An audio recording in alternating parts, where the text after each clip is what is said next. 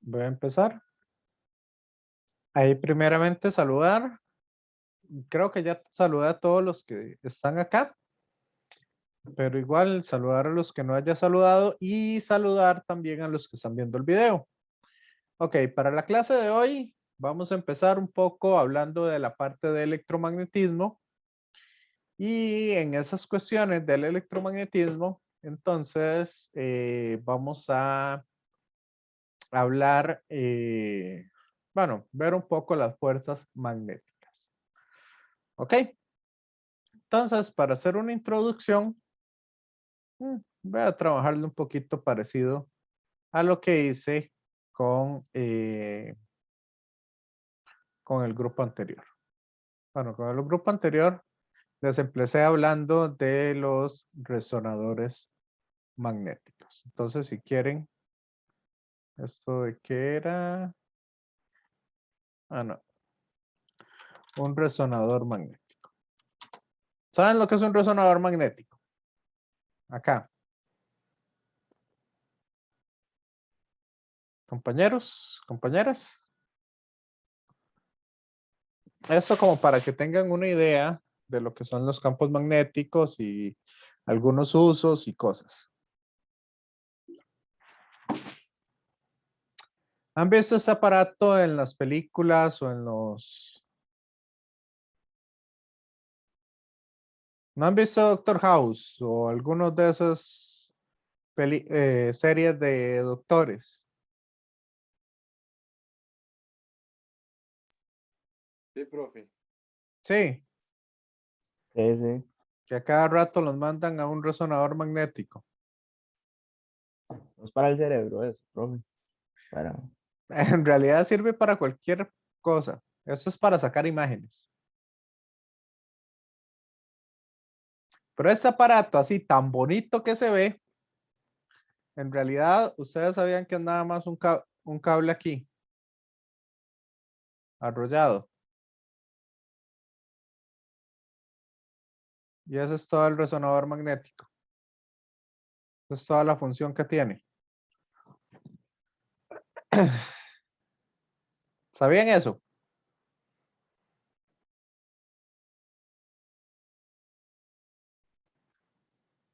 Compañeros, compañeras. No, profe. Eso es todo. Digamos, se ve muy bonito y caro para hacer un simple cable. El asunto es que ese cable que tienen ahí, estamos hablando que es un cable superconductor. ¿Se acuerdan ustedes de la resistividad de los superconductores con respecto a la temperatura? ¿Cómo era que se comportaba?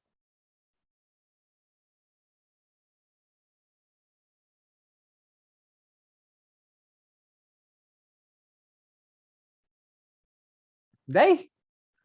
Están haciendo un quiz de esto y no recuerdan.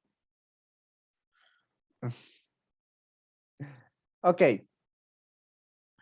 Esto, por lo general, ya como para que conozcan un poco, por lo general, un superconductor tiene una resistividad de prácticamente cero. Antes de una temperatura crítica. Después de la temperatura crítica se comporta como un conductor normal. ¿Ok? Entonces, acá lo que sucede es que para mantener esa temperatura crítica, digamos en un resonador magnético, por eso también les estaba hablando, por, ¿verdad? El asunto del quiz que están haciendo, que recuerden un poco las cosas. Ese, ok, ese superconductor que está ahí dentro de ese resonador magnético, básicamente tiene que estar a una temperatura sumamente baja. ¿Ok?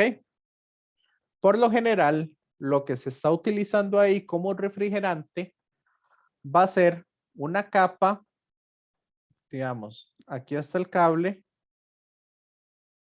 ¿Ok?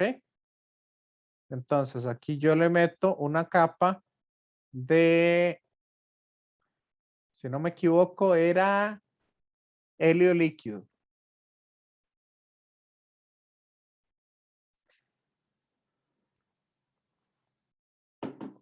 Esas son temperaturas bajísimas.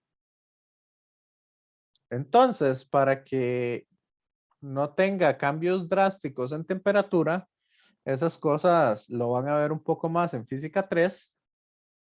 Se le pone una capa externa de nitrógeno líquido,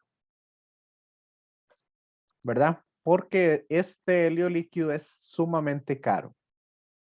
Y si se vuelve gas, básicamente se le fue la plata a uno. Entonces, para que no interfiera con la temperatura ambiente, entonces se le ponen varios refrigerantes, varias capas de refrigerante. Y así poder mantener ese superconductor ahí. Por eso es por lo que un resonador magnético es sumamente caro. Sí. Compañeros, compañeras. ¿No siguen?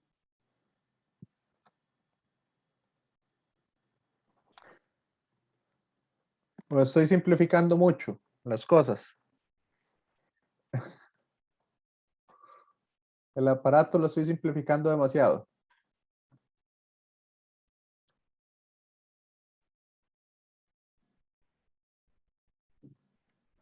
Ok. Este aparato, este bicho, básicamente lo que funciona es con el spin de los protones. ¿Habían escuchado hablar del spin de los protones? ¿O solamente en química habían hablado del spin de los electrones?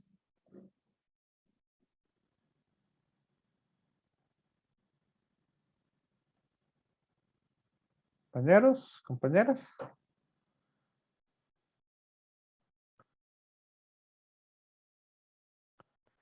No sé, ¿por qué están tan callados hoy?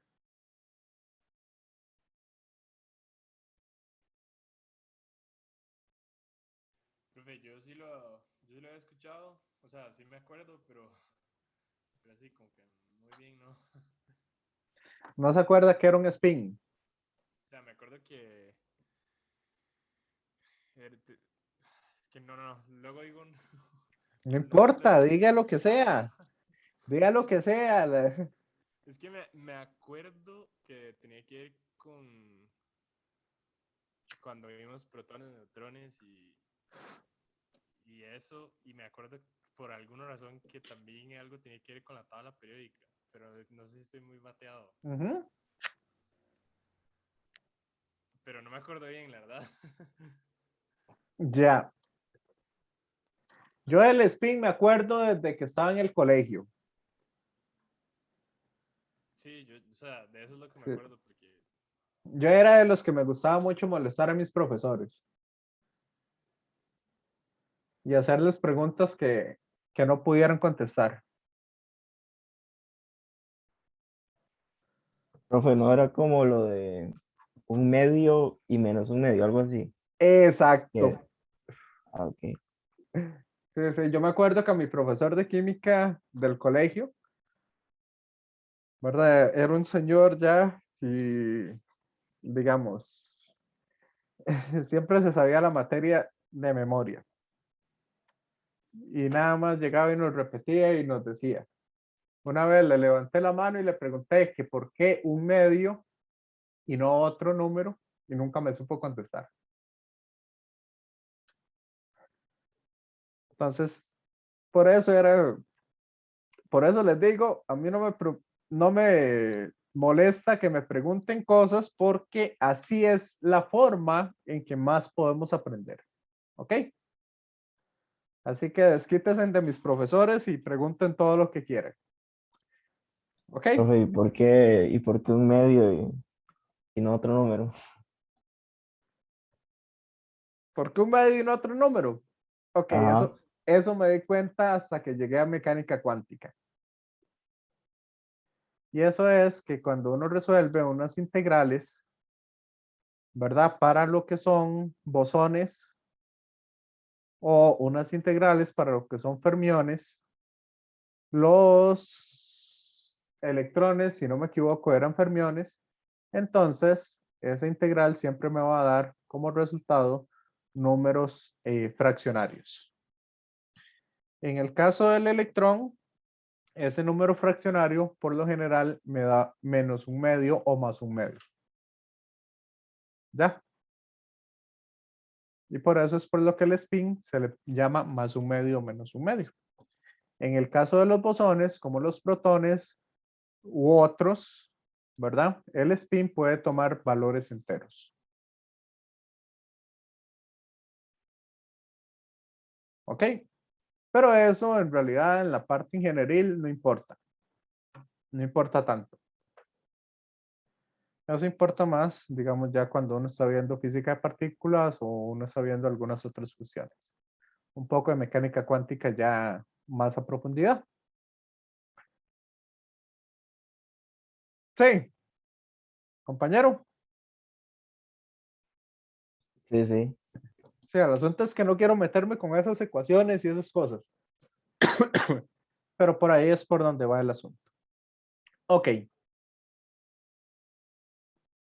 Esta máquina del resonador magnético, me gusta hablarles de él más que todo porque siempre va a usar campos magnéticos, bueno, aquí dice electromagnéticos, en realidad son campos magnéticos principalmente muy potentes. ¿Qué hablamos de un campo magnético muy potente? Bueno, estamos hablando que emite campos magnéticos tan potentes que alcanzan entre 1 y 3 teslas.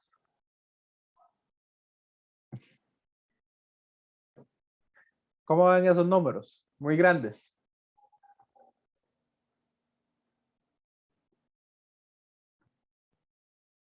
Compañeros, compañeras.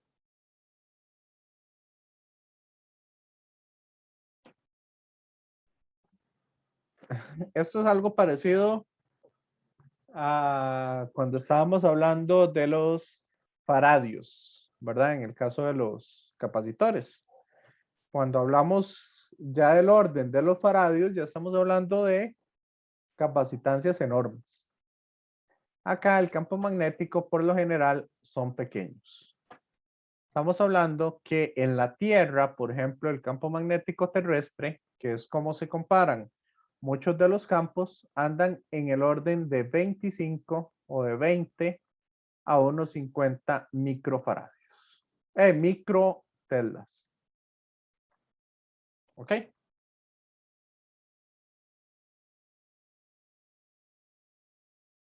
Compañeros, compañeras. ¿Me siguen? Por eso en algunos casos, digamos, o en algunos instrumentos o cosas así, no se habla de telas, sino se habla de lo que son los Gauss. Un Gauss es 10 a la menos 4 telas. ¿Me siguen? Compañeros, compañeras. Sí, no, más o menos. Sí, profe. Ok, por eso les digo, desquítense conmigo de lo que yo les decía a mis profesores. Preguntas ahí que a veces se vuelven complicadillas. Ok, entonces acá básicamente el spin que habla uno, como para que se hagan una idea, imaginémonos la Tierra. Vean que la Tierra está girando sobre su propio eje. ¿Ok? Entonces, como la Tierra gira sobre su propio eje, ese eje sobre el cual está girando, eso es lo que se conoce como el spin. Y así son las partículas subatómicas. Estos campos magnéticos son tan potentes que logran interferir con el campo magnético que tiene con el campo magnético que tiene ¿cómo es? Con el spin de los protones en los hidrógenos. ¿Ok? Entonces, el resonador magnético, ¿cómo funciona? Bueno, yo aplico el campo magnético y entonces hago que todos los protones tengan su spin en una misma dirección. Sí. Compañeros, compañeras. Después, quito el campo magnético y el spin entonces de los protones vuelve a su estado. Y como uno de los elementos o el elemento que más tenemos en nuestro cuerpo es el hidrógeno, entonces por eso se trabaja con él. Por lo general, digamos, cuando está el paciente acá, ¿ok? Se le inyecta una sustancia, no me acuerdo qué sustancia era, pero creo que era como glucosa, que gracias a las cadenas que tiene,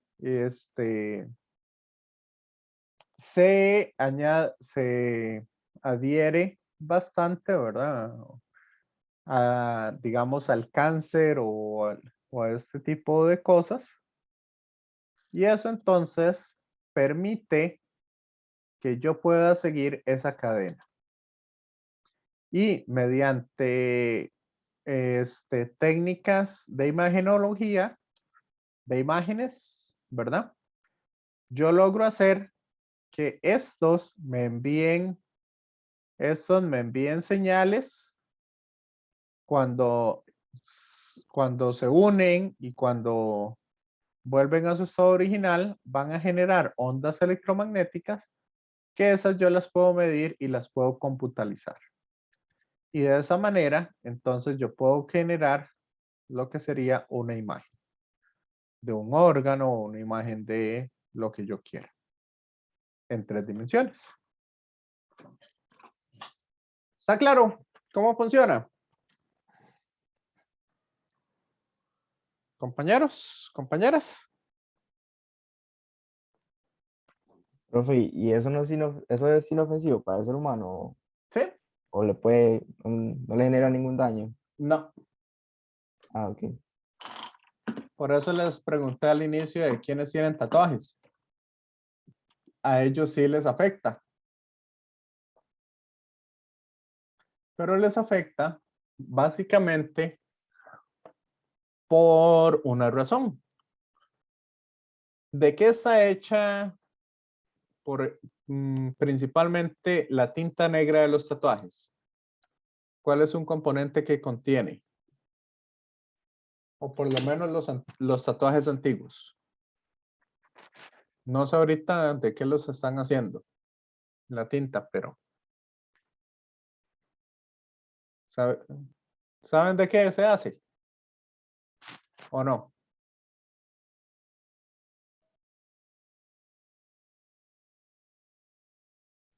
No tengo idea. No. ¿De ahí? No, no, no, no. Cuando uno se pone algo en el cuerpo, tiene que saber qué se está poniendo. Ok. Partículas de ferrita, de hierro. Eso contiene hierro.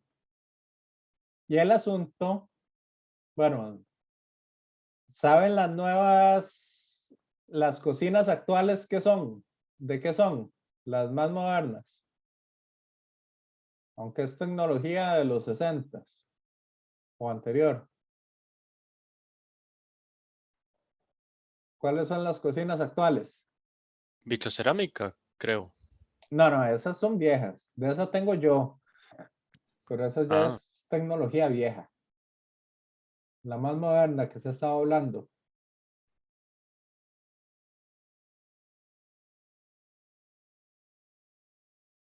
La más moderna que se estaba hablando es la inducción electromagnética, que ese es un tema que vamos a ver más adelante. Por eso les digo, eso es viejísimo. Pero ahora es como la última moda. Okay. Básicamente, una cocina de inducción electromagnética, lo que tenemos acá es un circuito que genera campos magnéticos y por eso usted pone la mano encima del disco y ese disco nunca se va a calentar. Pero si usted pone una olla ahí, si aquí ponemos una olla de hierro, ¿ok? Si ponemos una olla de hierro en la cocina, básicamente las partículas de hierro van a interaccionar con ese campo magnético y van a empezar a calentarse. A calentarse hasta alcanzar temperaturas bastante altas. Por eso es rapidísimo cocinar ahí. ¿Sí sabían eso? Compañeros, compañeras. Profe, yo lo había visto, pero para doblar tubos. También, digamos, con eso usted lo hace líquido, el hierro. Sí, es rápido. Para mí, ¿cómo se llama? Quitar y aflojar tornillos y, bueno, tuercas, todo eso. Ajá, pero eso utiliza otra cosa que se ve en física 3, que es la expansión térmica de los materiales. Sí, sí, pero se le dice que es como una pistola de inducción. Entonces, lo que hace es Ajá, calentar el material para que se dilate y así se afloje el herrumbre. sí, ok. Alejandro, no sé si logra empezar a ver un poco ese asunto de los tatuajes con los resonadores magnéticos. ¿Qué es lo que sucede?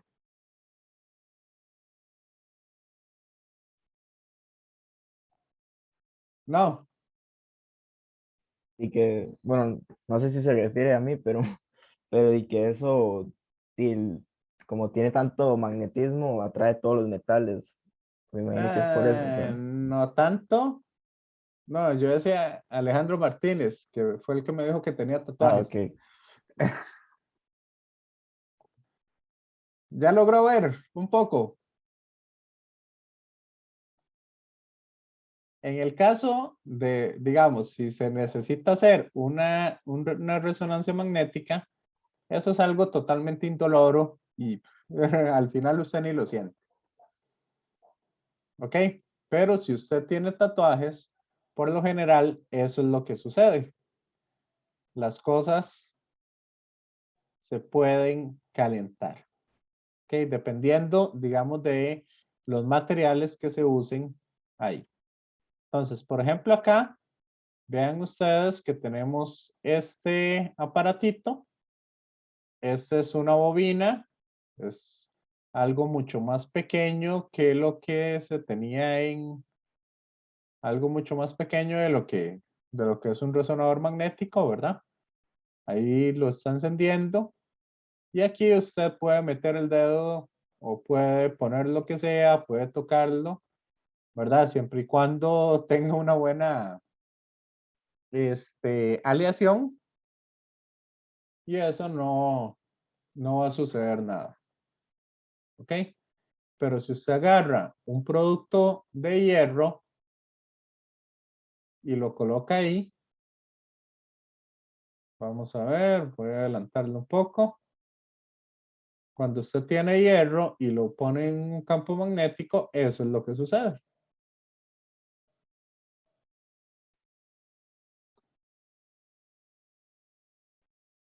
Empieza a calentarse hasta tener colores bastante, ya se calienta bastante. Como dice el compañero, se puede usar para diferentes cosas. No importa la forma, usted ahí lo tiene. Y el campo magnético está interaccionando con las partículas de hierro y eso hace que se caliente. Alejandro, lo asusté un poco. Compañeros, compañeras. Profe, eso que se marca en la derecha ese es el amperaje. ¿Correcto? Ah, no, este es a la derecha, este es el voltaje. A la izquierda, perdón. Ese es el otro es el Sí. amperímetro. Aquí es un amperímetro y está diciendo que tiene más o menos unos 5 amperios.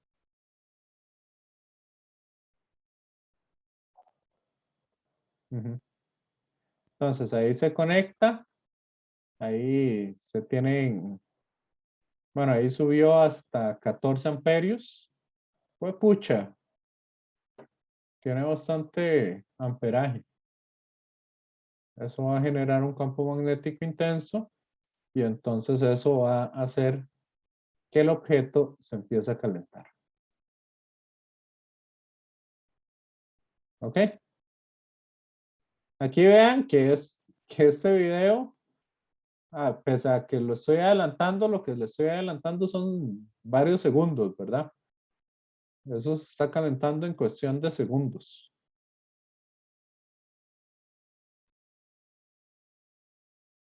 Aquí vean ustedes hasta echa humo de lo caliente que está. Entonces, esa es un poco, digamos, alguna de las cuestiones de los tatuajes en ese caso. ¿Sí sabían? ¿O habían escuchado un poco de esto?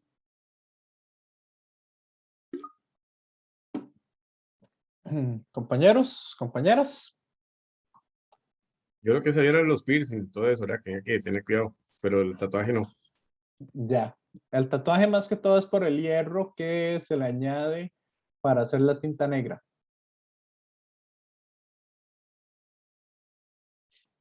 Que eso, digamos, hay gente que dice que se ha metido, digamos, a una resonancia y ha tenido problemas un poco en ese sentido. Bueno, voy a hablarles unos minutos aquí acerca de la parte del campo magnético y fuerzas magnéticas. Ok, hasta el momento. Entonces, hemos visto la parte eléctrica.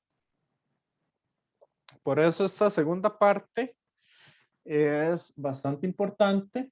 Acá en esta presentación son más de 90 filminas. Ok, y aquí tengo entonces todo lo de campo magnético, ¿verdad? Si hoy llegamos a la 20, quedo por satisfecho, o un poco antes, no importa. Ok, entonces, para el campo magnético, nosotros necesitamos lo que son cargas en movimiento. Las cargas estáticas no van a interaccionar con los campos magnéticos. Solamente las cargas en movimiento. Okay. Ahora, cuando tenemos un imán, ya todo el mundo sabe, siempre vamos a tener entonces dos polos. Polo norte y polo sur. ¿Ok? Acá se puede hacer una referencia, digamos, con cargas positivas o cargas negativas.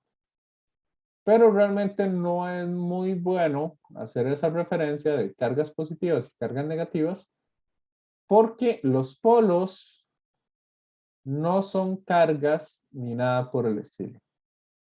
¿Ok?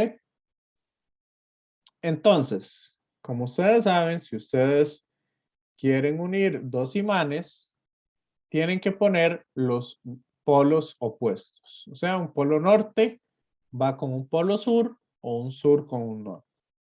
Si usted tiene polos iguales, más bien vamos a tener una fuerza magnética que hace que los objetos se repelen. Sí. Esto ya es conocimiento de todos. Ahí todos han jugado con imanes en algún momento. Pero bueno, ¿cómo se crean esos imanes? ¿O cómo es que tenemos imanes? En realidad, el campo magnético se genera en sí es por el movimiento de las partículas en un material como tal. En el caso, digamos, para hacer un imán o algo así, lo que se habla un poco es de los dominios magnéticos. Esta parte, digamos, el libro no lo habla. ¿Ok? Un dominio magnético básicamente es, por decirlo así, hacia dónde se dirige el campo magnético en una región de los materiales. ¿Cómo? Los materiales están hechos de protones, electrones, etcétera, y estos se están moviendo y tenemos también los spines de las partículas. Entonces, todo ese movimiento de cargas eléctricas va a hacer que tengamos estos dominios magnéticos.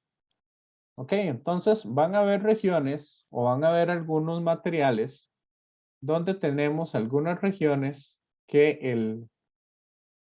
el dominio magnético va a ir orientado en una dirección. ¿Ok? Si ese dominio magnético, ok, eso va a representar campos magnéticos. Si tengo dominios magnéticos, digamos, orientados en diferentes direcciones, eso va a hacer entonces que el material como tal no sea un imán. ¿Verdad? Porque al final el campo magnético de cada dominio se va a cancelar entre sí, haciendo entonces que el campo magnético total sea cero. Por eso principalmente se utilizan ferritas para hacer imanes. Entonces, digamos, en estos casos, el campo magnético lleva una dirección determinada. ¿Ok? Entonces aquí vamos a tener lo que sería un imán. ¿Me siguen? Compañeros, compañeras. Sí, no, más o menos. Vamos, que hoy están demasiado callados. ¿Qué? ¿De viernes, de semana 10? No, hombre, estoy asustado con el quiz, ya estoy en eso. ¿Todavía están en eso? Ya.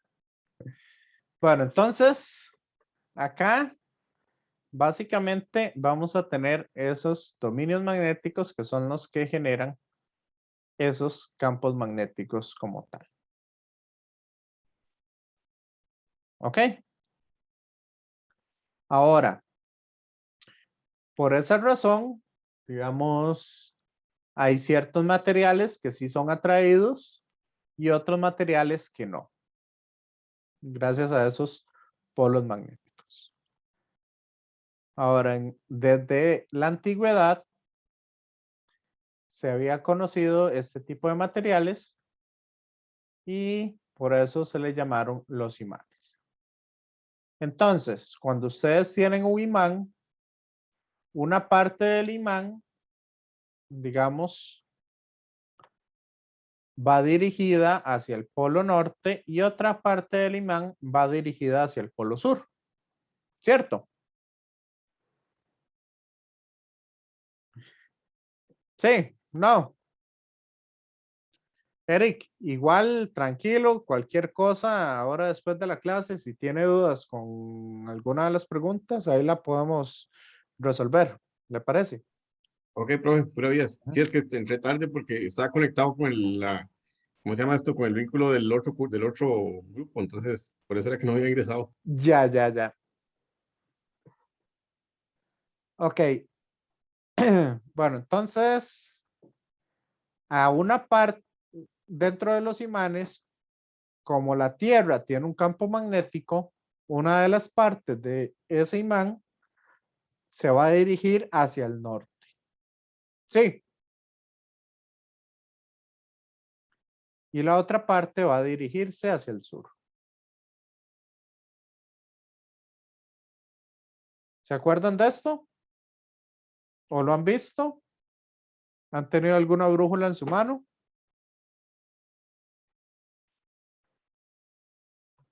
Compañeros, compañeras. Sí, pero yo sí lo he visto. Ok.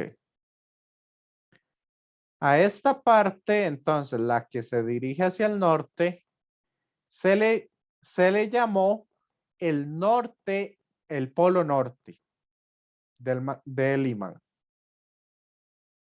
Y la que se dirige hacia el sur, entonces se le llamó polo sur. Bastante imaginativos, ¿verdad? Los que pusieron esos nombres. ¿O no?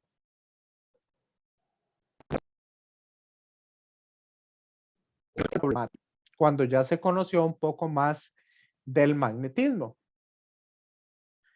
De ahí, si sabemos que el norte magnético se dirige hacia el norte geográfico, ¿verdad? Entonces en la Tierra, si la vemos como un imán, aquí ¿qué tendríamos que tener para que atraiga al norte?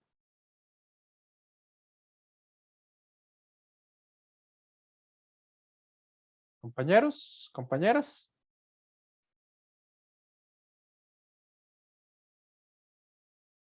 Para que el imán sea atraído hacia el norte, ¿qué tendríamos que tener en el norte geográfico de la Tierra? En un polo sur. Un polo sur magnético. ¿Sí?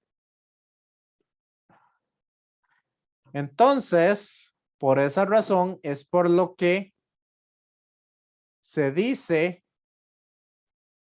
que los polos terrestres magnéticos están al revés. O sea, en el norte hay un polo sur magnético y en el sur de la Tierra hay un polo norte magnético. ¿Está claro?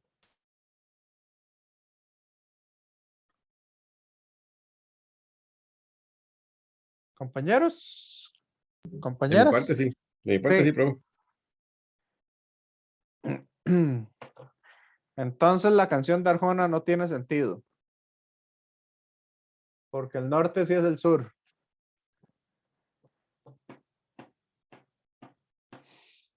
Ok.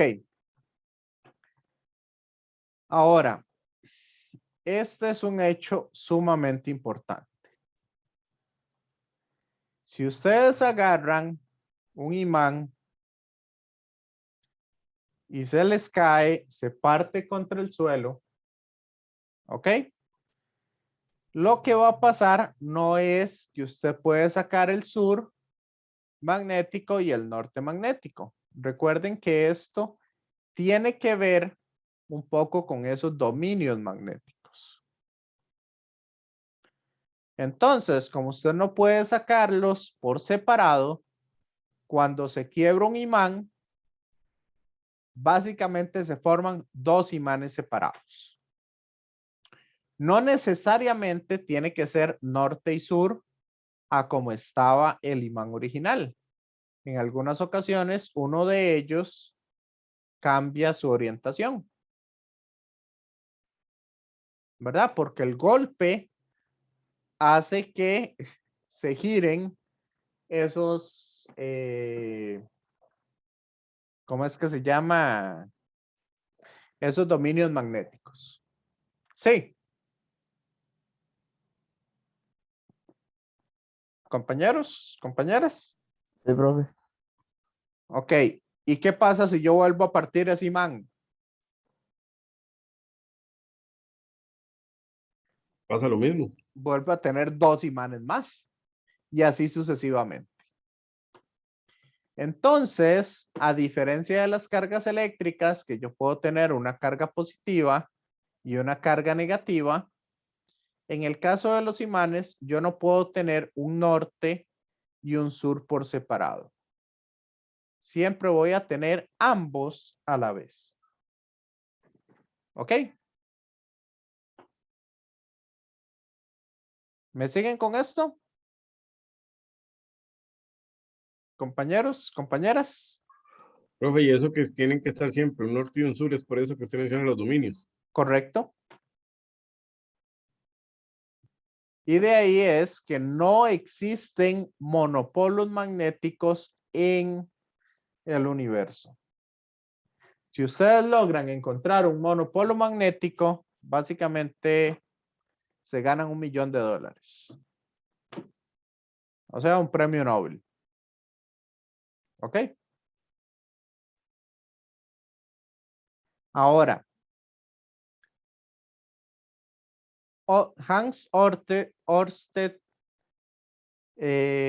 fue el que encontró un poco la relación que existe entre el magnetismo y el campo magnético y la corriente eléctrica, o entre la electricidad y el magnetismo.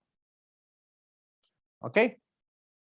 Ahí cuentan un poco que cuando él hizo el experimento por primera vez, no le salió.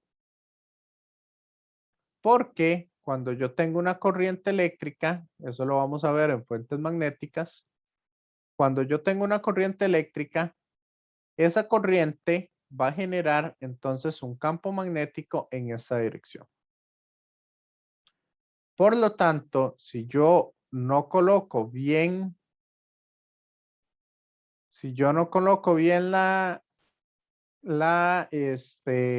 ¿cómo es que se llama? La brújula, y digamos, la coloco de tal forma que la aguja esté girando hacia el norte, entonces no puedo ver esa relación que existe entre el norte,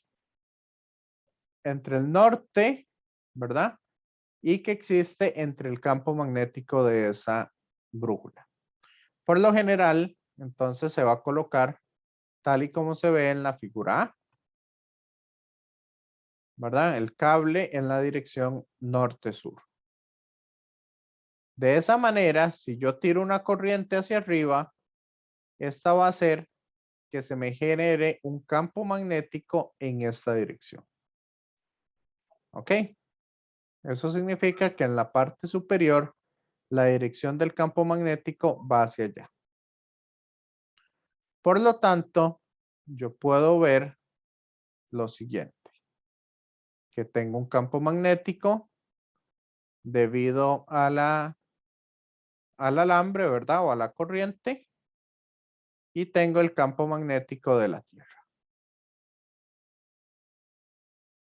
Entonces, si es la aguja, se va a dirigir en la dirección del campo magnético total, que este va a ser vectorial. Entonces, a partir de eso, yo puedo encontrar este ángulo de inclinación. Con ese ángulo de inclinación, entonces yo puedo sacar aquí que la tangente del ángulo va a ser igual a ¿quién? Tangente es el opuesto, sería el campo magnético de la corriente entre el campo magnético de la Tierra. ¿Ok? ¿Me siguen? Compañeros, compañeras.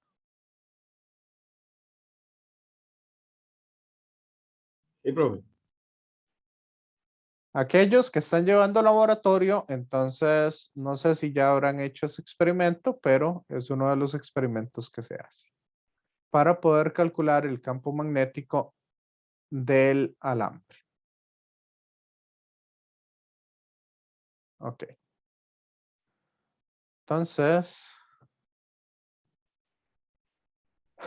ok, sabemos que las fuerzas magnéticas entre dos cuerpos se debe fundamentalmente a las interacciones entre los electrones en movimiento de los cuerpos. También se debe entre los protones que tenemos ahí. ¿Ok? Y esas interacciones eléctricas y magnéticas siempre van a estar muy relacionadas. Y por lo tanto, digamos, acá lo vamos a ver y vamos a llegar hasta los principios de las ecuaciones de Maxwell, que eso es como la fulminación de toda la parte o toda la teoría del electromagnetismo clásico. ¿Ok?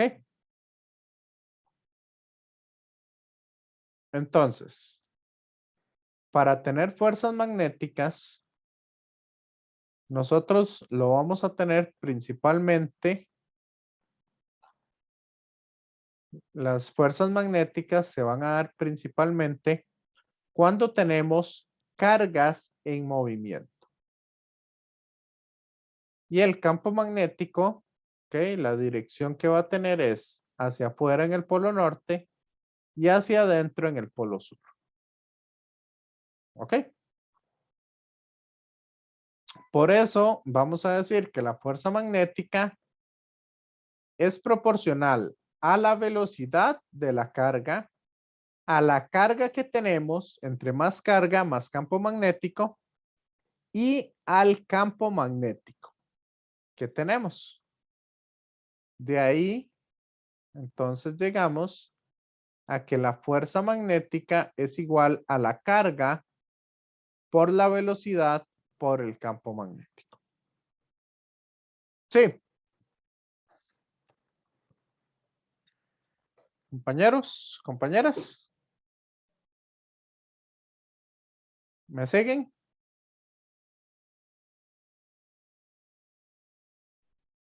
Sí, no, Sí, más o profe, menos. sí. Sí, profe. Sí. Ok, entonces, si una partícula se mueve en la misma dirección del campo magnético, la fuerza total es cero. ¿Ok? No va a tener ninguna fuerza. Y la fuerza siempre va a ser perpendicular tanto al campo magnético como a la velocidad. ¿Ok? Entonces, nosotros podemos calcular esa fuerza magnética haciendo el producto cruz de los vectores o lo podemos calcular con leyes de la mano derecha, que eso es lo que les voy a explicar un poquito ahorita. Si quieren, por el momento ya son las 6:05. ¿Qué les parece si hacemos un receso de 10 minutos y volvemos aquí para hacer estos ejercicios? Sí, profe, por mi parte está bien. E ir conociendo algunas cosas. Ujú. Como les dije, si llegamos a la 20, sería excelente. Entonces, voy a pausar el... Ok, continuamos por acá. Bueno, aquí vamos a resolver este ejercicio. Ya vimos entonces que la fuerza eléctrica, la fuerza magnética, perdón, es igual a la carga por la velocidad de la partícula cruz el campo magnético. ¿Cierto? Compañeros, compañeras. Sí, profe. ¿Se acuerdan cómo hacer el producto cruz? Bueno, si quieren vamos a sacarlo de la siguiente manera. El producto cruz yo lo puedo hacer como un determinante de diferentes vectores. Entonces tenemos I y vamos a ver. ¿Cuál sería la componente del campo magnético perdón, la componente en el eje X de esta velocidad? Sería esta de acá, ¿cierto?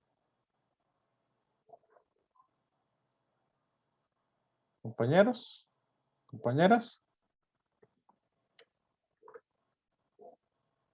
¿Me siguen? Sí, no, más o menos. ¿Cómo vamos hasta acá?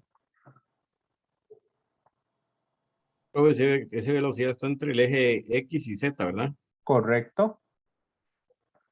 Entonces, esa componente que dibujé ahí es la componente en X de la velocidad. En Y, ¿cuál es la componente de la velocidad en Y? Según el gráfico. 0, porque solamente está en X y en Z. ¿Y cuál es la componente de la velocidad en Z?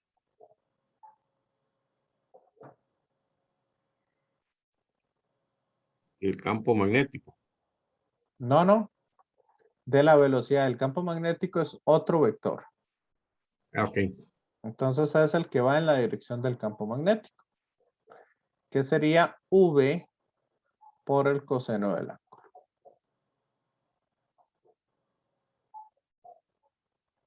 ¿Ok? Ahora, el campo magnético, ¿cuál es la dirección o cuál es la componente del campo magnético en X?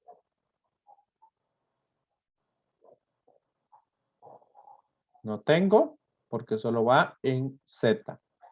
En Y tampoco tengo y en Z la magnitud del campo magnético es B.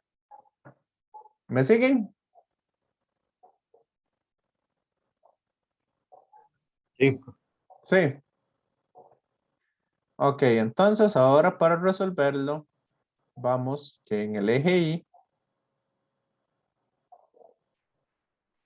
quito fila, quito columna y multiplico en cruz. 0 por B, 0. Y V cos de 30 por 0 da 0. Entonces en Y, esta multiplicación daría 0. En J sería entonces, acuérdense que aquí tengo que ir permutando. O sea, primero va positivo, luego negativo, ¿verdad? Para poner el eje J. Y en J, ¿quién sería? Quito este. Sería este V sen de 30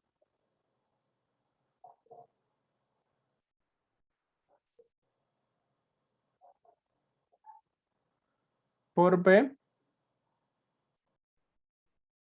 menos V cos de 30 por 0 da 0. Entonces, ¿y en K cuánto daría?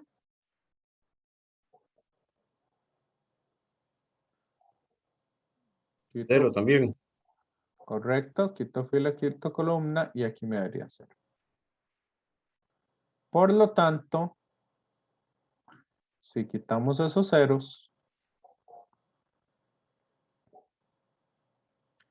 y multiplicamos ese producto cruz por la carga, estaremos encontrando cuál es la fuerza magnética que siente esa partícula. ¿Quedó claro? Compañeros, compañeras. Profe, ¿y por qué quedan menos J? Ok.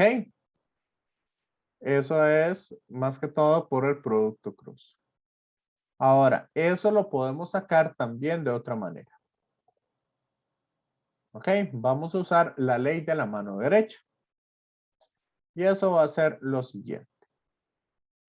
Vean que la velocidad va diagonal.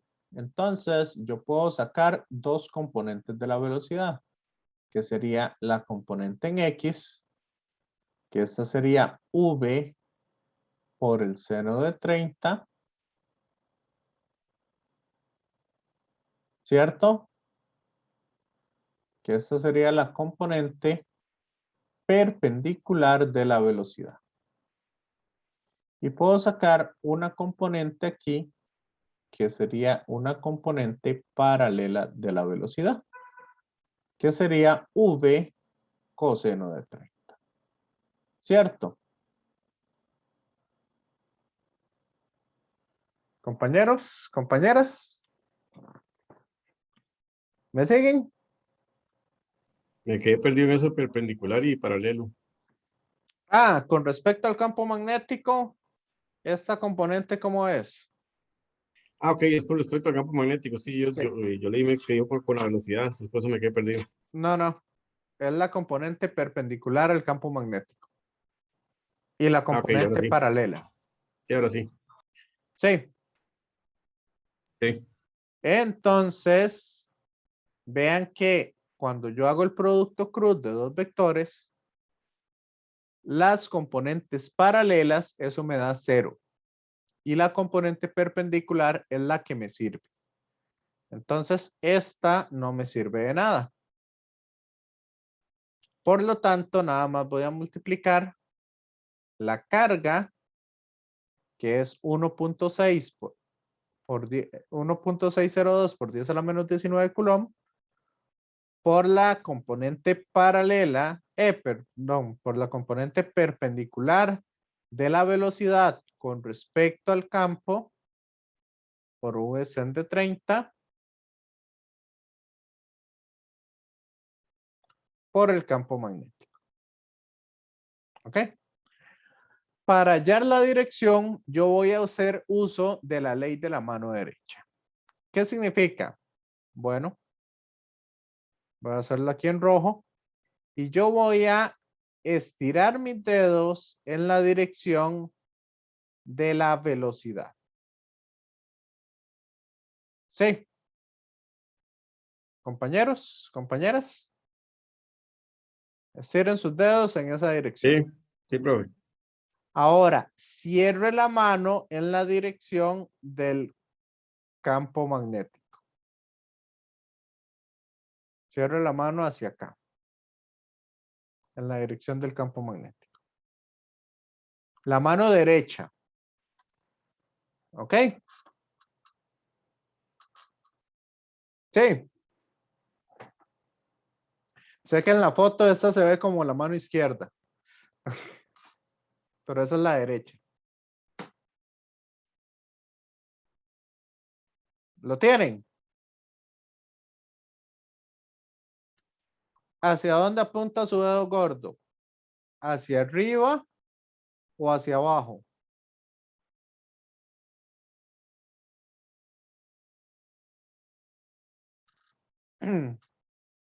Hacia abajo. Hacia abajo. Entonces la dirección de esta fuerza va a ser en menos J. Sí.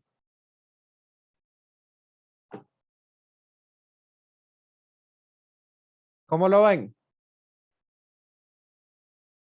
Compañeros, compañeras. Sí, profe. ¿Se entiende? Ok, esa es una forma de utilizar la ley de la mano derecha. Yo muchas cosas de aquí en adelante las vamos a hacer con la ley de la mano derecha en diferentes formas. ¿Ok? Entonces ahí nada más multiplicamos esto por el seno de 30 por 1,6 por 10 a la menos 19. Y con eso encontramos la foto. Ok. Ahora bien, acá, este lo voy a usar. Aquí me voy a quedar un par de minutos hablándoles un poco. Acá les voy a explicar otra forma también de usar la ley de la mano derecha. Y esta va a ir, digamos, con respecto a la dirección del campo magnético. Eso lo vamos a ver un poco más la próxima clase cuando veamos fuentes de campo magnético.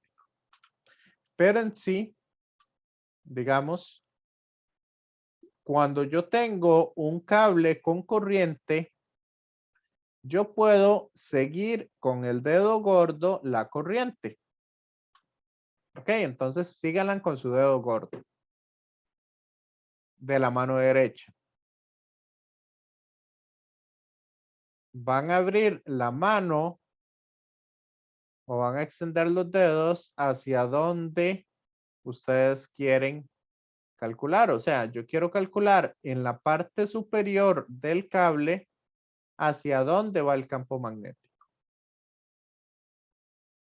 ¿Me siguen?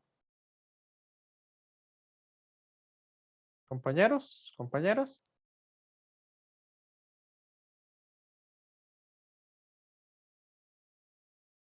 Entonces, hacia donde cierran ustedes los dedos, hacia donde cierran los dedos, hacia ahí va el campo magnético. En este caso, la corriente va para allá, levanto la mano y cierro los dedos en la dirección del campo magnético.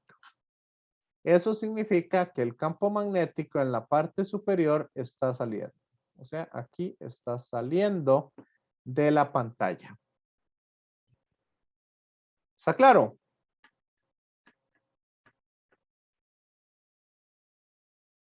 Compañeros, compañeras. Sí, profe.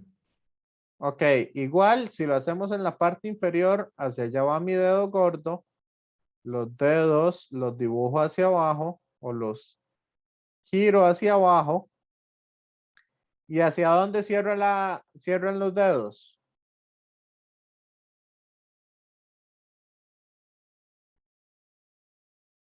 Los dedos cierran hacia adentro. ¿Ok? Yo pongo mi mano derecha hacia abajo. Es que aquí, digamos, es un poco incómodo para ponerla en la pantalla.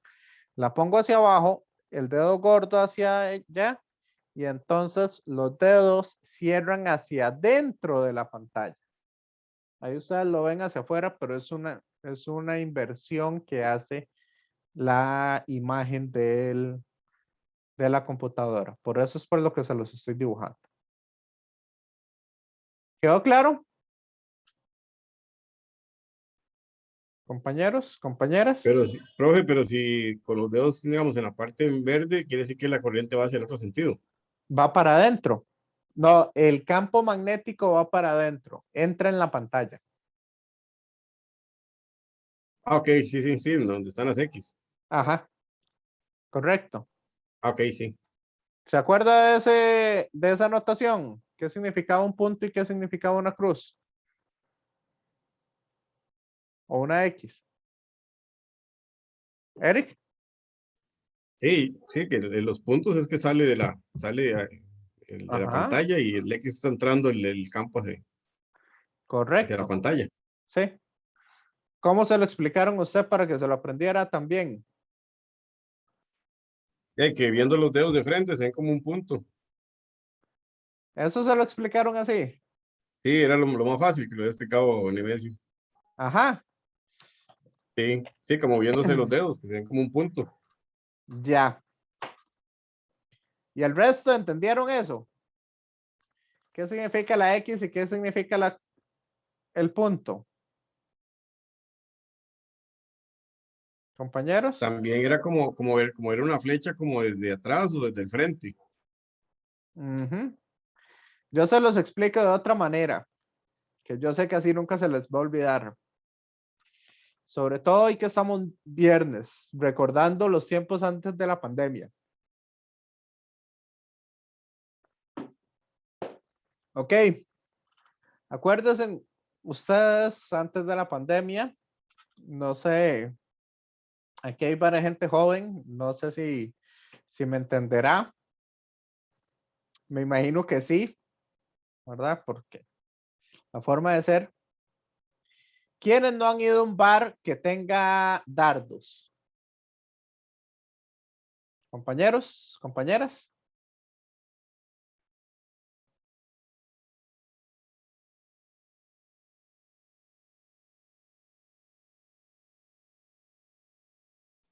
¿Quiénes no han ido? ¿Quién no ha ido a un bar que tenga dardos?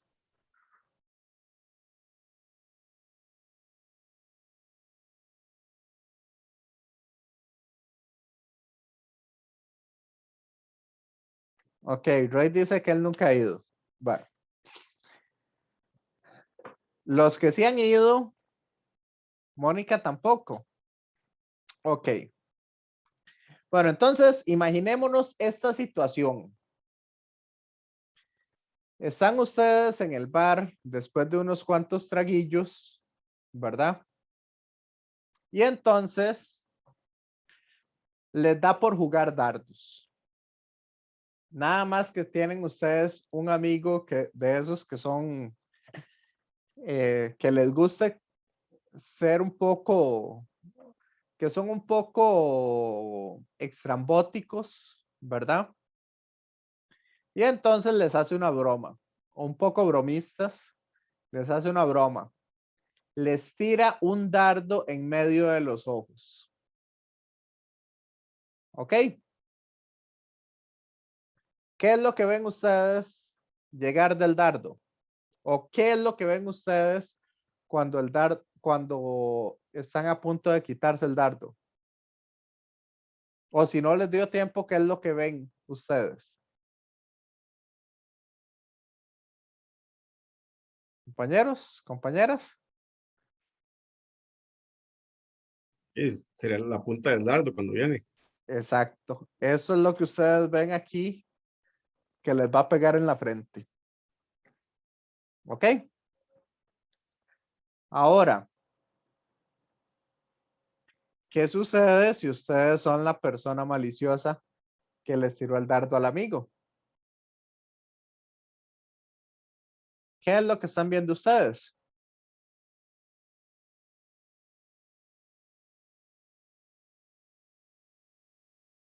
Ustedes están viendo la cola del dardo.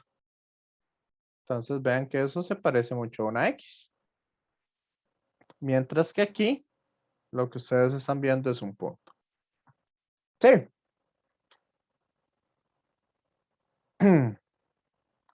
¿Les suena esa imagen? ¿O no?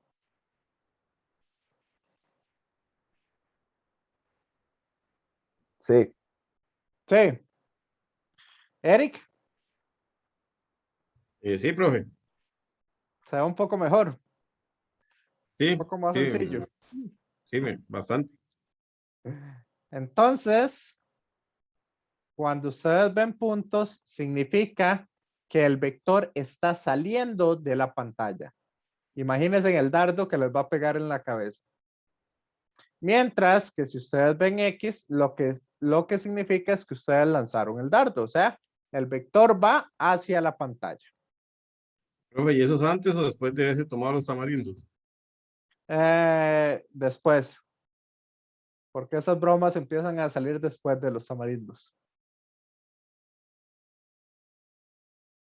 ¿Ok? Ok. ¿Está claro? Sí. Denme un segundito.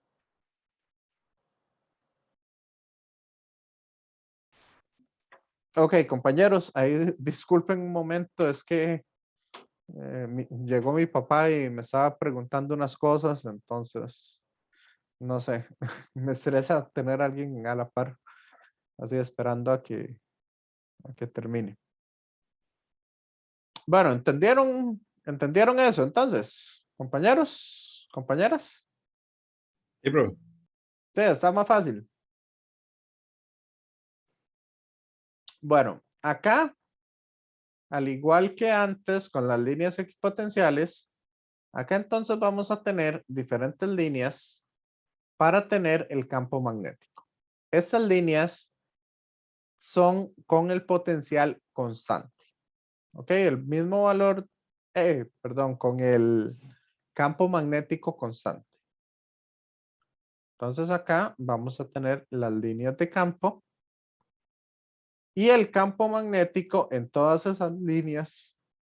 Bueno, no necesariamente el campo magnético tiene que ser constante, sino que el campo magnético va a tener siempre un valor que es tangente a esas líneas de campo magnético.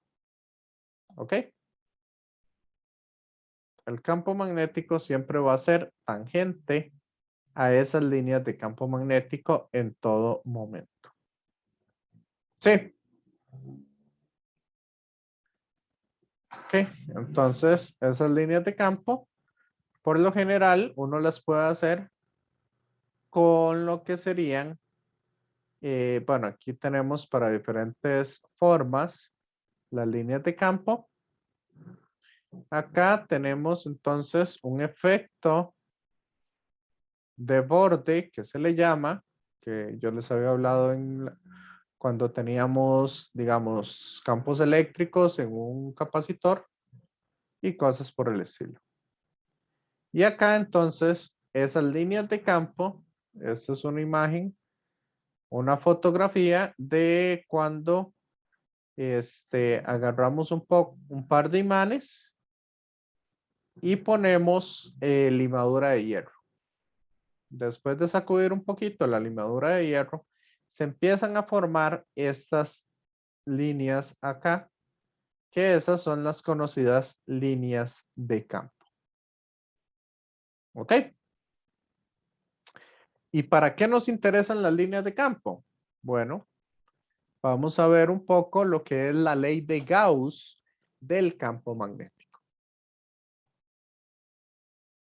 Entonces, nada más así, para aplicar un poco la ley de Gauss de acuerdo a lo que nosotros habíamos visto.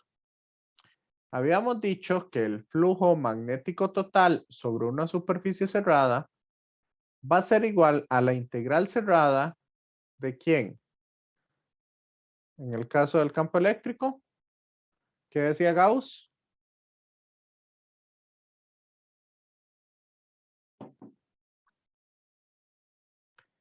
Va a ser igual a la integral cerrada del campo eléctrico, producto punto diferencial de área.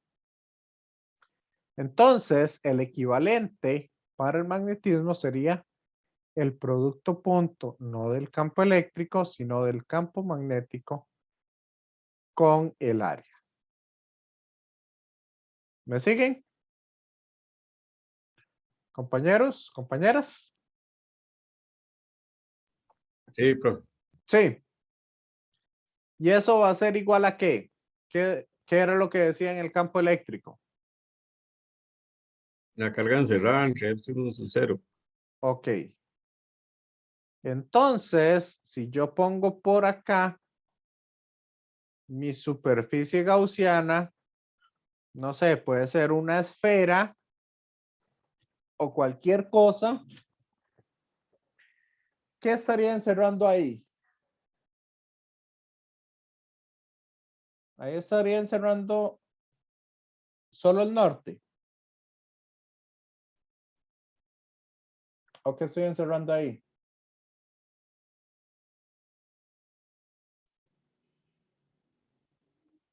Compañeros, compañeras. Las líneas de campo. Ajá. Pero del imán yo podría encerrar solo el norte.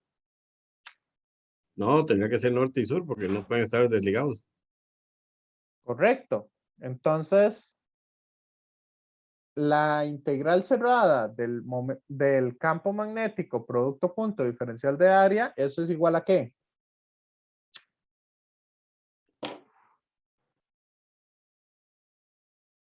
Eso tiene que ser igual a 0.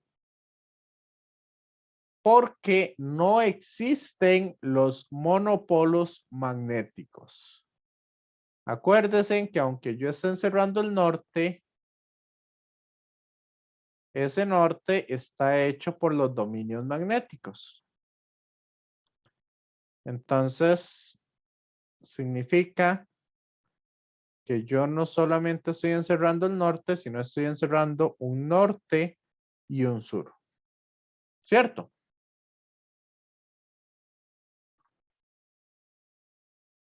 Entonces, el polo total encerrado sería 0 en todo momento,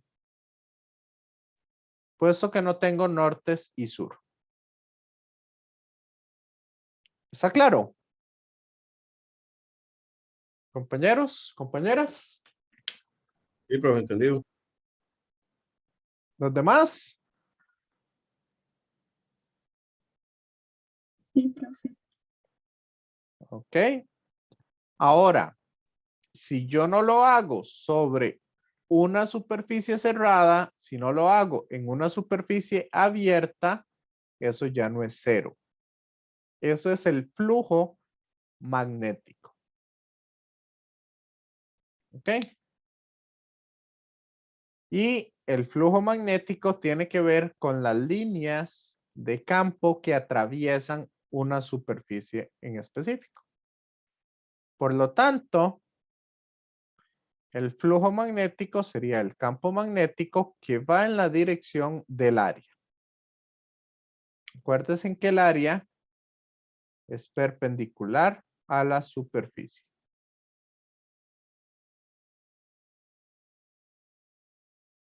Entonces, ese flujo magnético tiene unidades de Weber, que son telas metros cuadrados. Y ese es una cuestión muy importante que lo vamos a usar más adelante. ¿Ok? Por ejemplo, veamos este ejercicio acá. Tenemos el campo magnético ahí. Vean ustedes que el área sería esta área de acá. Ese sería el vector área. ¿Sí? ¿O no?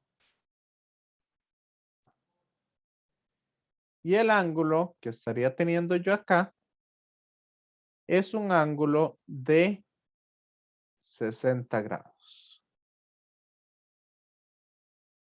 Entonces, de aquí yo puedo decir que el flujo magnético es igual a ¿quién? Al producto punto del campo magnético, o sea, B por el coseno de 60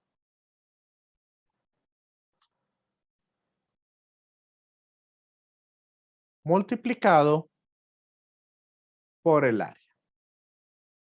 ¿Me siguen?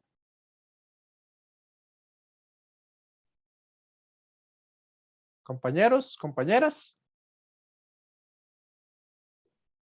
Los 60 grados son con respecto al campo magnético. Correcto. El ángulo que tiene el campo magnético con el área. Sí. Sí, bro. Entonces, de ahí yo puedo despejar el campo magnético y esto que está multiplicando pasa a dividir. Entonces, el campo magnético sería el flujo entre el área por el coseno de 60.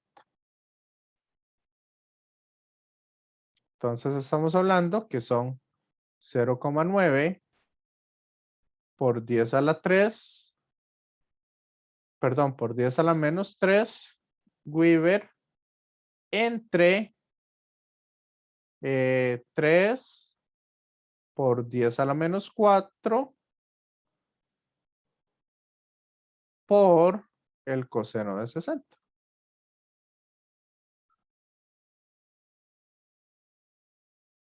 De esa manera, entonces encontramos el campo magnético si conocemos el flujo.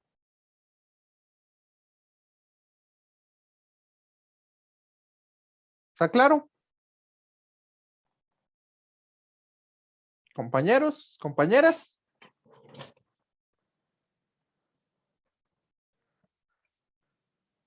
¿Dudas? Sí, bro, está bien. ¿Preguntas? Vamos bien. Igual que en el otro, ¿cómo se llama? En campo eléctrico tiene que ser el área en metro cuadrado, ¿verdad? Bueno, en unidades de metro. ¿Correcto? Ok. Ahora bien, voy a explicarles un poquito esto. Bueno, con que lleguemos ahí, más que suficiente. Fuerza magnética sobre un conductor que transporta corriente. Esto lo podemos hablar un poco la próxima semana. ¿Ok? Entonces, vamos a ver acá. Acá tenemos lo siguiente. Déjenme poner un colorcito. Voy a ponerlo en negro. Ok, aquí tenemos un campo magnético. ¿Ese campo magnético hacia dónde va? ¿Hacia dentro o hacia afuera de la pantalla? En esa imagen. Hacia adentro. Hacia adentro, correcto. Entonces, si yo tengo que la partícula viene en esa dirección, ¿qué va a suceder en ese caso? Si lleva una velocidad hacia ahí. Si yo hago el producto cruz, sería estirar mis dedos en la dirección de esto y cerrarlos hacia adentro. ¿Hacia dónde aplica? ¿Hacia dónde va el dedo gordo?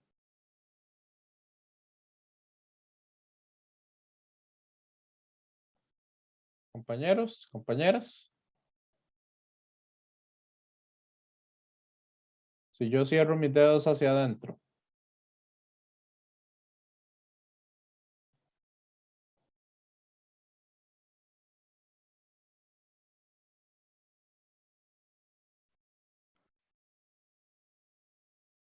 Voy a poner la imagen. Entonces, la partícula va para allá y va hacia adentro de la pantalla. El dedo gordo les va a apuntar hacia arriba. Sí.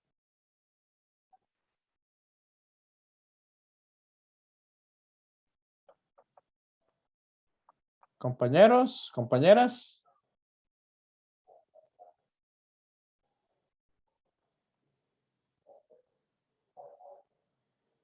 Entonces, la fuerza va hacia arriba.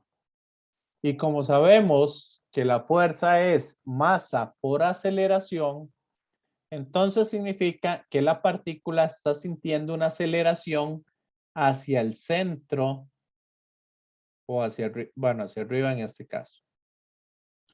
Lo cual va a hacer que la velocidad empiece a moverse hacia arriba.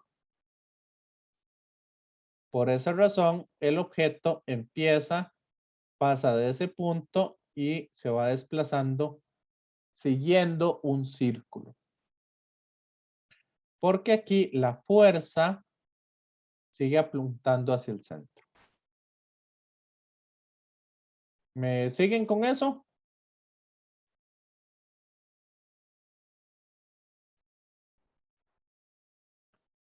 Ok. Entonces, al final, una partícula cargada que entra en un campo magnético constante va a empezar a dar vueltas y vueltas y vueltas y vueltas y va a estar entonces en ese ciclo. O sea, esta fuerza magnética corresponde a una fuerza centrípeta. Ok, esa sería la única fuerza que tenemos ahí. Es la aceleración. En este caso, la aceleración que tenemos sería una aceleración centrípeta. ¿Me siguen? Y como el campo magnético es perpendicular a la velocidad, entonces serían simplemente multiplicar ambos. Por lo tanto, tenemos que la carga por la velocidad por el campo magnético es esta fuerza que tenemos aquí. ¿Y cómo se sacaba la aceleración centrípeta en el caso del movimiento circular de física 1?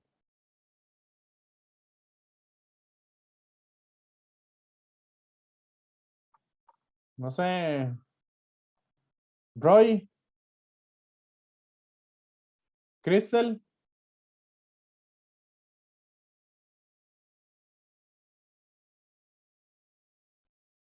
Mónica.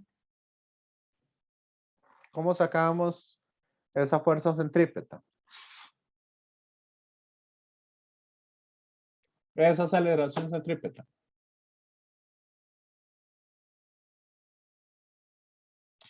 Bueno, esa aceleración centrípeta la sacamos como la velocidad al cuadrado entre el radio.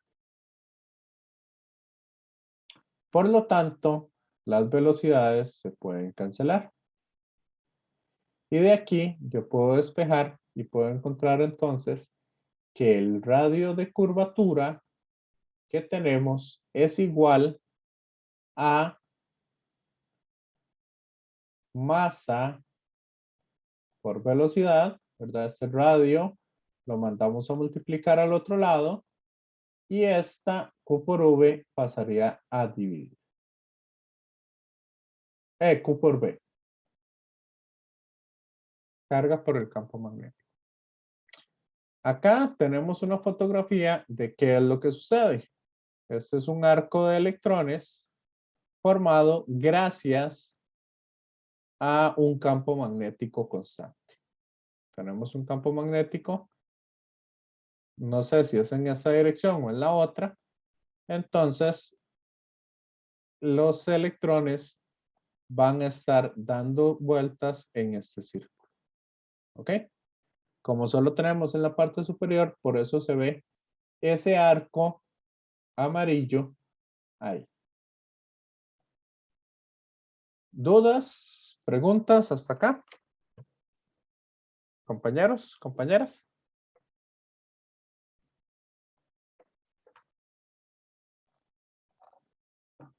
Ok. Con eso les iba a hablar un poquito, no sé si me regalan unos minutos adicionales para hablarles, no sé, puede ser un poco de la bomba nuclear que se puede relacionar con este tema. ¿Les interesa que les hable de eso? ¿O no? De mi parte sí, profe. Su parte sí, los demás. Sí, pero de mi parte también. Sí. Ok. Bueno, vamos a hablar entonces un poco de la bomba nuclear, cómo funciona y por qué en los grandes yacimientos de uranio, digamos ahí está mucho, digamos, en el planeta. Hay grandes yacimientos de uranio en todo lo que es Oriente Medio, que como sabemos hay bastante cuestiones religiosas, político-religiosas con el resto del mundo. Entonces de ahí que se dice que hay más terrorismo o cosas así, ¿verdad? Aunque sabemos que el terrorismo hay en todo lado. Ok. ¿Qué es una bomba nuclear? Bueno, la bomba nuclear es la cosa más fácil de hacer en el mundo. Es más difícil hacer, digamos, una bomba de dinamita que una bomba nuclear. ¿Sabían ustedes eso? Compañeros, compañeras. Con No, plata sí, con dinero sí. supongo que lo difícil de la bomba nuclear es como los materiales y la infraestructura y eso, ¿no? La infraestructura no. La infraestructura, lo difícil es mantener alejado el material. Pero en sí, digamos, hay una cuestión que se llama la masa crítica, que es la cantidad de masa que yo puedo tener de uranio, por ejemplo, junto sin que éste estalle de una vez. Y esa masa crítica es muy baja. Por ejemplo, se podría estallar la mitad de Costa Rica con simplemente agarrar y juntar un poco más de un kilo, cerca de 1 kilogramo de uranio. Si usted tiene 1 kilogramo de uranio, ok, y ese simplemente lo pone en una mesa junto, ¿verdad? En polvo o lo que sea, y tiene usted 1 o 2 kilogramos, Con eso básicamente ya desapareció la mitad de Costa Rica. ¿Sabían ustedes eso? Sí sabía que era bastante potente, pero no tanto como para que 2 kilos ya sea. Sí, digamos, la masa Profe, crítica para que estalle es eso. Ajá, Alejandro. y puede ser cualquier uranio. No, tiene que ser un uranio específico. ¿Ok? El enriquecido, algo así. Eso es lo que se llama uranio enriquecido. Y ya les explico qué es el uranio enriquecido. Bueno, básicamente, por ejemplo, la bomba de Hiroshima, si no me equivoco, fue la de uranio. La de Hiroshima, la de Nagasaki fue de plutonio. El asunto es que ahí está la cuestión complicada, digamos, de una bomba nuclear. Que usted logre almacenar esos 2 kilos o ese kilo y resto, ¿verdad? Sin que estén juntos. Porque si están juntos, estalla en cualquier momento. Si no están juntos, entonces no estalla. ¿Ok? Entonces, básicamente lo que se hizo fue como un mecanismo donde nosotros tenemos una parte acá, ¿verdad? Igual les insto a que, digamos, para mí ha sido una de las mayores atrocidades de la humanidad el lanzar esas bombas, pero bueno, es parte, digamos, es parte de la ciencia y por eso me gusta explicárselos un poco. Entonces, la idea que tenían ahí, o lo que hicieron con esa bomba de uranio, básicamente fue agarrar y poner un poco de material a un lado de la bomba y otro poco de material al otro lado. Que en el momento en que esos dos materiales se junten, ahí es donde estalla. ¿Ok? Eso es lo difícil, digamos, de las bombas nucleares. Mantener los materiales separados.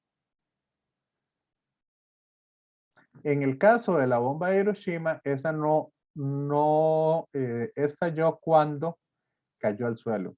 Si no, no me acuerdo si eran 20 metros o 200 metros antes de que tocara el suelo, o 100 metros antes de que tocara el suelo, fue en el momento en que estalló. Y eso fue, pero fatal. ¿Ok? Igual hubiera creado mucho mayor daño si hubiera tocado la tierra. ¿Sí sabían eso? Compañeros, compañeras.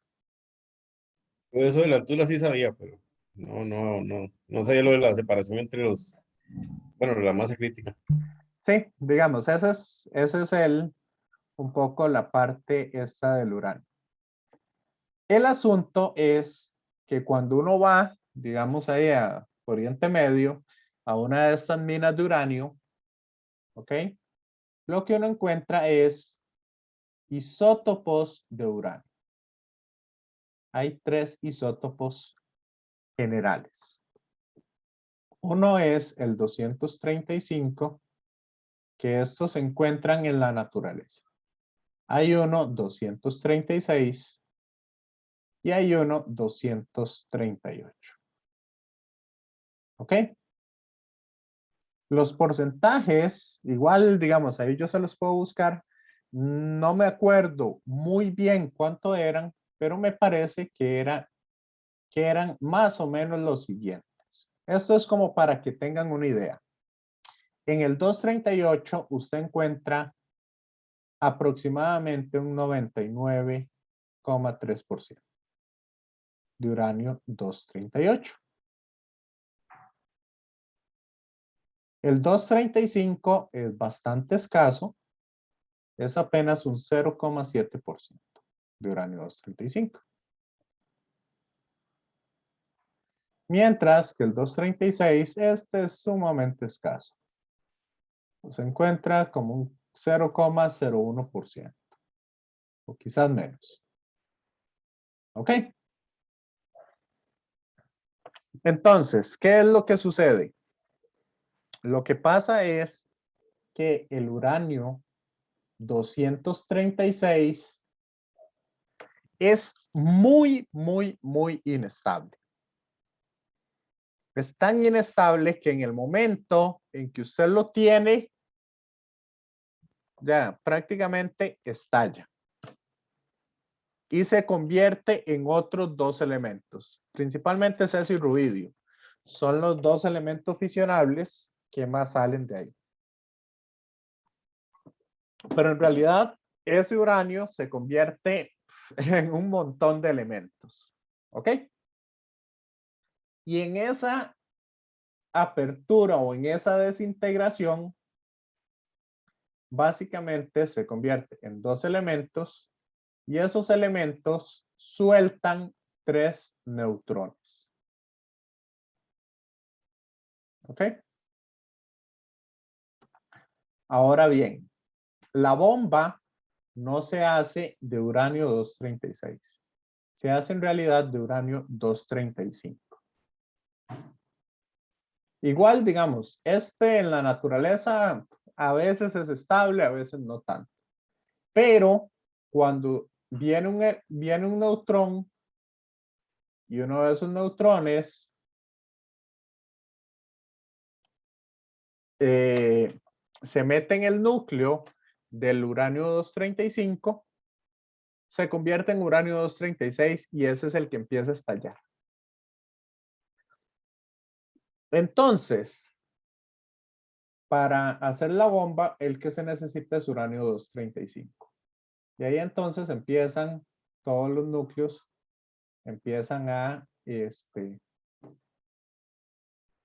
¿cómo es? Al principio estalla uno y ese uno tira 3 neutrones, entonces esos 3 neutrones interaccionan con otros 3 uranios 235 y estallan y ahora se liberan 9 y así sucesivamente.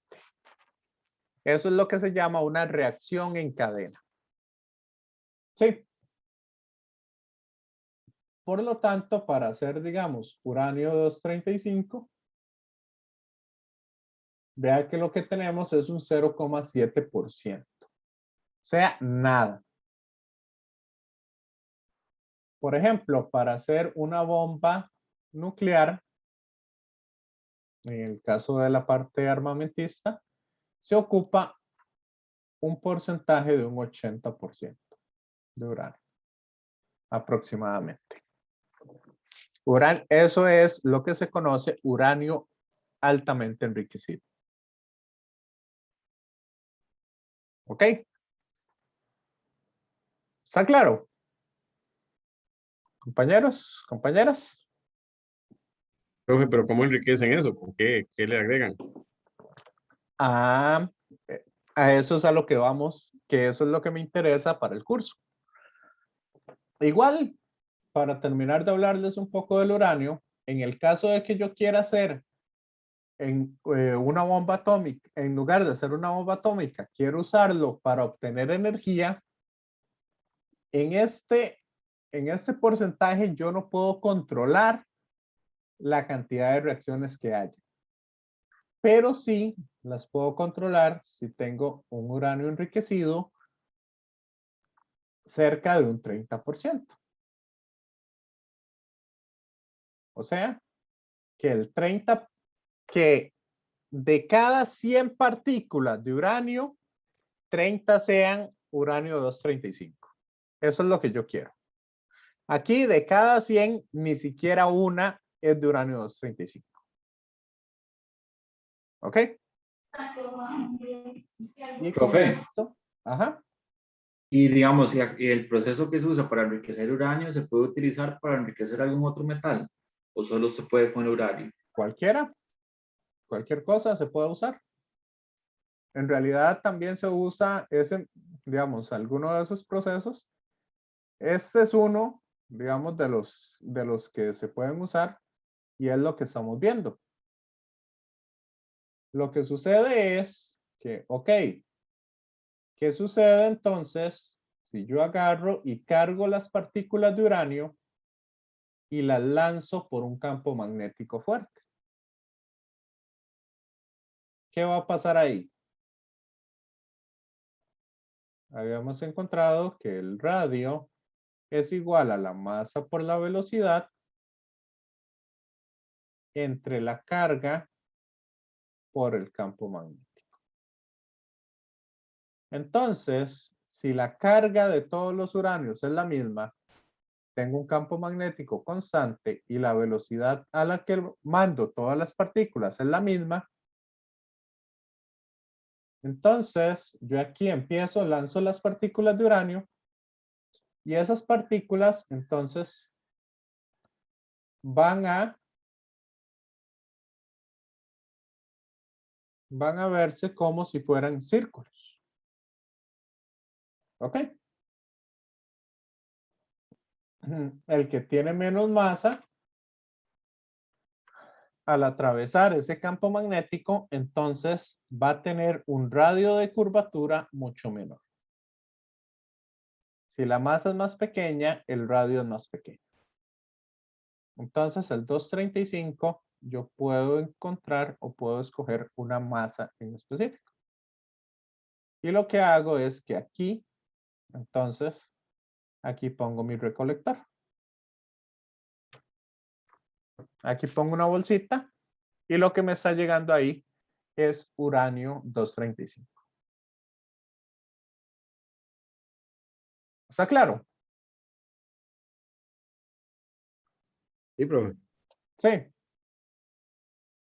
Igualmente, si yo lo que tengo es, qué sé yo, alguna muestra, no sé, digamos, de una moneda antigua o tengo alguna muestra de alguna cuestión, el proceso de datación es agarrar, digamos, un pedacito de esa moneda, agarro unos cuantos átomos, cosas así, los mando por el mismo proceso.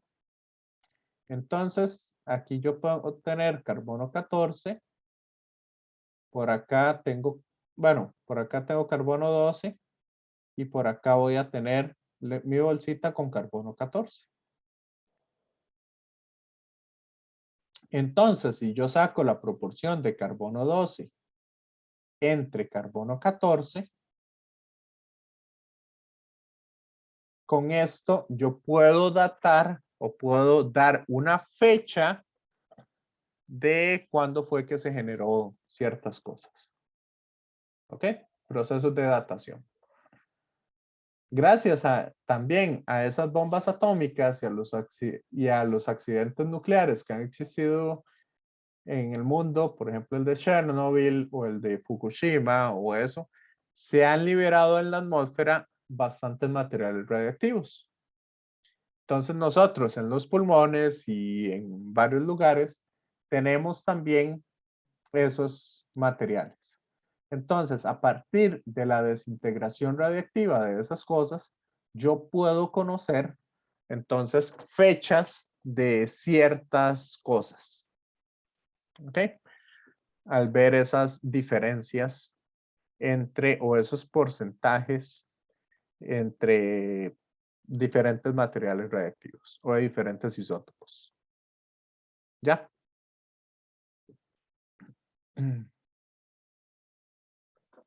Compañeros, compañeras. Sí, profe, yo digo lo del carbono 14, pero no sabía que era así el proceso. Esa es una forma. Esa es una de las formas de datación. ¿Ok?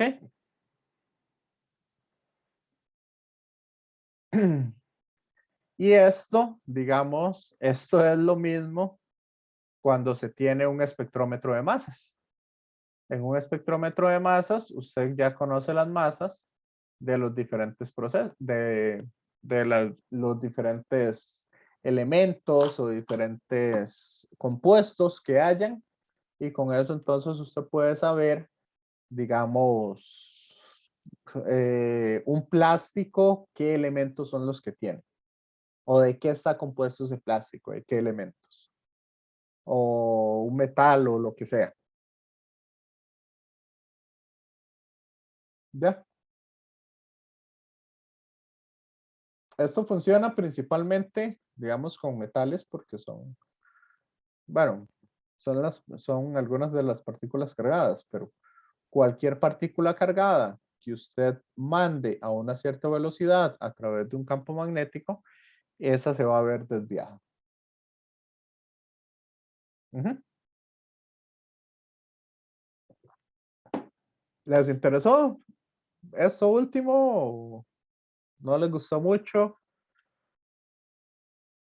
No sé. De mi parte sí, de mi parte muy interesante, profe. Sí, Pues sí, está muy interesante el tema. ok.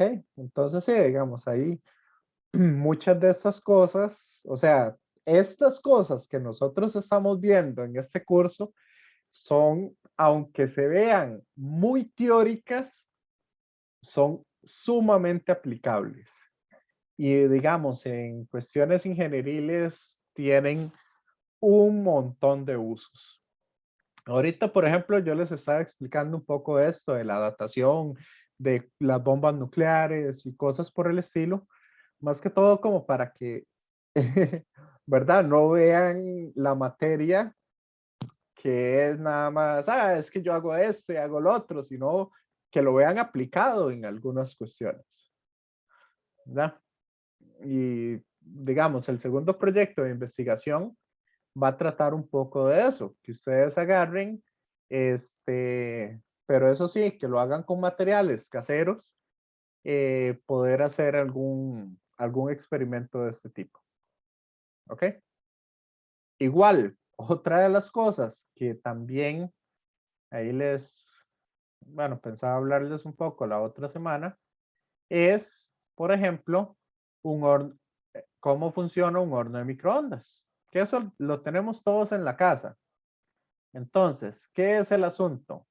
Bueno, básicamente yo hago un arco de este tipo teniendo una cierta frecuencia específica, ¿verdad? O que tenga un radio en específico y el radio yo lo relaciono con esa frecuencia, etc. ¿Ok? Y para eso ocupo los magnetrones, que son campos magnéticos bastante altos.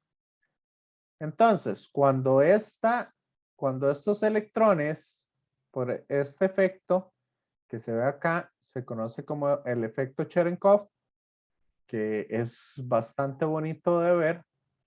Ocurre mucho, digamos, es azulado, se ve mucho dentro del agua en los reactores nucleares. Pero bueno, aquí básicamente es que como tengo una partícula cargada que está dando vueltas, entonces esa partícula va a emitir una onda electromagnética. Esta onda electromagnética, para calentar la comida, básicamente, o cuando uno quiere calentar algo en un microondas, digamos, si usted mete algo que esté muy seco o algo que no contenga nada de agua, el objeto no se va a calentar. En realidad, el horno de microondas, para eso, para entenderlo bien, se ocupa un poquito de física 2 y física 3. Lo que se hace es tener la resonancia, digamos, tenemos los átomos de agua, que son H2O, o sea, 2 átomos de hidrógeno y 1 de oxígeno. Entonces, estos átomos van a estar vibrando a una cierta frecuencia. Esa frecuencia se llama la frecuencia natural de las cosas, que digamos varios puentes han caído gracias a eso. Entonces, si esa onda electromagnética llega a la frecuencia natural de esto, va a entrar en resonancia. Entonces va a hacer que las cosas se muevan mucho más rápido. Y ese movimiento cada vez más rápido de las cosas hace que los objetos aumenten su temperatura. Entonces, ahí en ese caso, digamos, esa resonancia está haciendo que el agua de los alimentos, que es lo que más abunda en los alimentos y en el cuerpo humano y todo eso, empiece a resonar y empiece a aumentar su temperatura por esa variación en la velocidad. Y por eso es por lo que funciona un horno de microondas, aumentando su temperatura. ¿Ya? Eso sí lo sabían. Y eso sí. Eso sí. Ok. ¿Y el resto? Yo no sabía. Sí, No pero el sabía. funcionamiento del microondas sí lo entendía un poco. Ok. Entonces eso, digamos, son ciertas cosas para los que se usa todo esto de campos magnéticos, cargas y cosas así. Ok. Uy, pucha, ya son las 7:21. Entonces, más bien, si quieren, voy a ir despidiéndome para no quitarles más tiempo de la cuenta. Igual. Profe, yo le puedo hacer una pregunta respecto al quiz. Es una pregunta rápida. Sí, si quiere, voy a despedirme de los que están viendo el video y me quedo con ustedes para resolver esas dudas.